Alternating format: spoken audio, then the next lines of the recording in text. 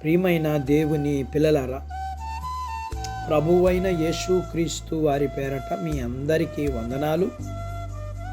ప్రభువు పేరట మీ అందరికీ శుభములు, దీవెనలు కలుగునుగాక. ఈ ఉదయకాలం పరిశుద్ధ గ్రంథము నుండి దేవుని వాక్యాన్ని చదువుకుందాం. సామెతల గ్రంథము 23వ అధ్యాయం 17-18 వచనాలు చదువుకుందాం.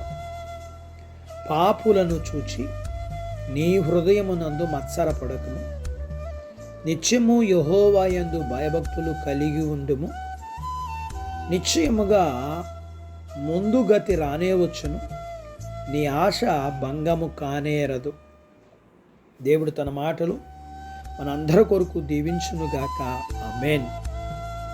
ప్రియమైన దేవుని పిల్లలారా,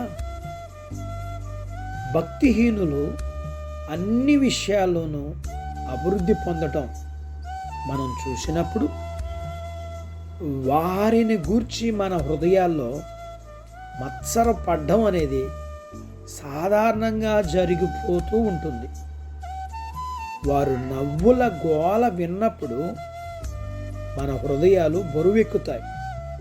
దాంతో మనకంటే వారే సుఖంగా ఉన్నారనే ఆలోచనలు మనలో కలగటం మొదలవుతుంది. అలాంటి ఆలోచనలు బుద్ధిహీనమైనవి. పాపం కూడా అసలు వారి గతి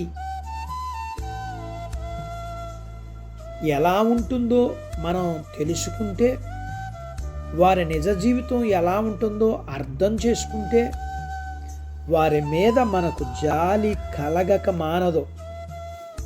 మనం నిత్యం దేవుని సన్నిధిలో ఉన్నామనే అవగాహనతో జీవిస్తూ, దేవుణ్ణి ఆరాధిస్తూ, రోజంతా ప్రతి క్షణం ఆయనతో మాట్లాడుకుంటూ ఉంటే మనలో ఉన్న మత్సరం అనే వ్యాధిని నయం చేయవచ్చు. నిజమైన దైవభక్తి మన ఆత్మను ఉన్నత ఆత్మీయ స్థితిలోనికి నడిపిస్తుంది. ఆ స్థాయిలో తీర్పు అనేది ఇంకా స్పష్టంగా కనిపిస్తుంది.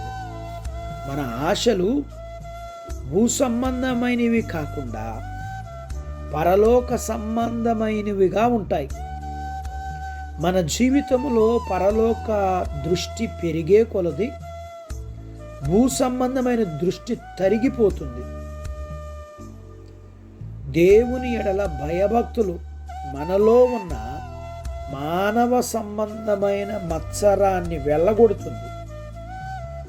ప్రశాంతంగా జీవిస్తూ భవిష్యత్ దృష్టి కలిగి ఉంటే అసూయకు చావు దెబ్బ తగులుతుంది.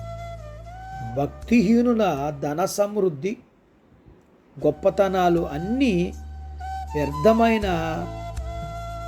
వ్యర్థమైనవే. వాళ్ళు డాబులు దర్భాలు కొద్దిసేపే, ఆ తర్వాత అన్నీ మాయమైపోతాయి. దేవుని తీర్పు ఎదుట నిలబడలేనప్పుడు దుష్టులకున్న పేరు ప్రతిష్టల వలన కలిగే లాభం ఏంటి? దేవుని యందు భయభక్తులు కలిగి ఉన్న వ్యక్తికి కలిగే ముగింపు ఎంతో సంతోషకరంగాను ఆశీర్వాదభరితంగా ఉంటుంది. అతని సంతోషాన్ని ఎవ్వరూ దొంగిలించలేరు. కాబట్టి అలాంటి వ్యక్తి మత్సరాన్ని విడిచిపెట్టి మధురమైన సంతృప్తితో నింపబడాలి. అట్టి బాధ్యత దేవుడు మనకు దయచేయునుగాక. ఆమేన్. ప్రార్థించుకుందాం. నాతో పాటు ఏకీభవించండి. మమ్మల్ని మిక్కిలిగా ప్రేమించిన మా ప్రియ పరలోకపు తండ్రి, మీ పరిశుద్ధ నామాన్ని బట్టి మీకు వందనాలు. ఈ ఉదయకాలం మీ పాదాల దగ్గర మీ లేఖనాన్ని మేము నేర్చుకోవడానికి సహాయం చేశారు. నేర్చుకున్న లేఖనపు సత్య ప్రకారం మేము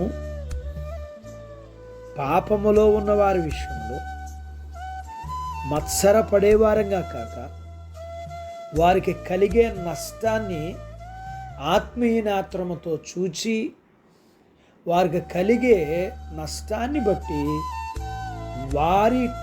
వారి యొక్క క్షేమము మేలు కొరకు వారి కొరకు ప్రార్థించే అబ్రహాములాగా, పౌలులాగా మేము ఉండగలిగిన బాధ్యత మాకు ఇవ్వండి.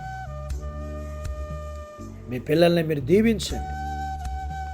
చిన్న బిడ్డలను, యవనస్తులను, వృద్ధులను, స్త్రీలను, పురుషులను దీవించండి. వారి చదువులు, ఆరోగ్యాలు, ఉద్యోగ ప్రయత్నాల్లో విజయాలు ఇవ్వండి. ఉద్యోగాలలో ప్రమోషన్స్ ఇవ్వండి. చేతి పనులు, వ్యాపారాలు, పొలాలు, పశువులు దీవించండి. వివాహాలు కాని వారికి, గర్భము లేని వారికి మీరు వాటిని అనుగ్రహించండి. ఎవరికైతే గర్భఫలం ఇచ్చారో వారికి సుఖమైన ప్రసూతి ఇవ్వండి. ప్రసూతి అయిన తల్లి పిల్లలకు ఆరోగ్యాలు ఇవ్వండి. మీ పిల్లల అవసరాలు, సమస్యలు, బలహీనతలు, రుణాల నుంచి విడిపించండి. మీ పిల్లలను దీవించండి.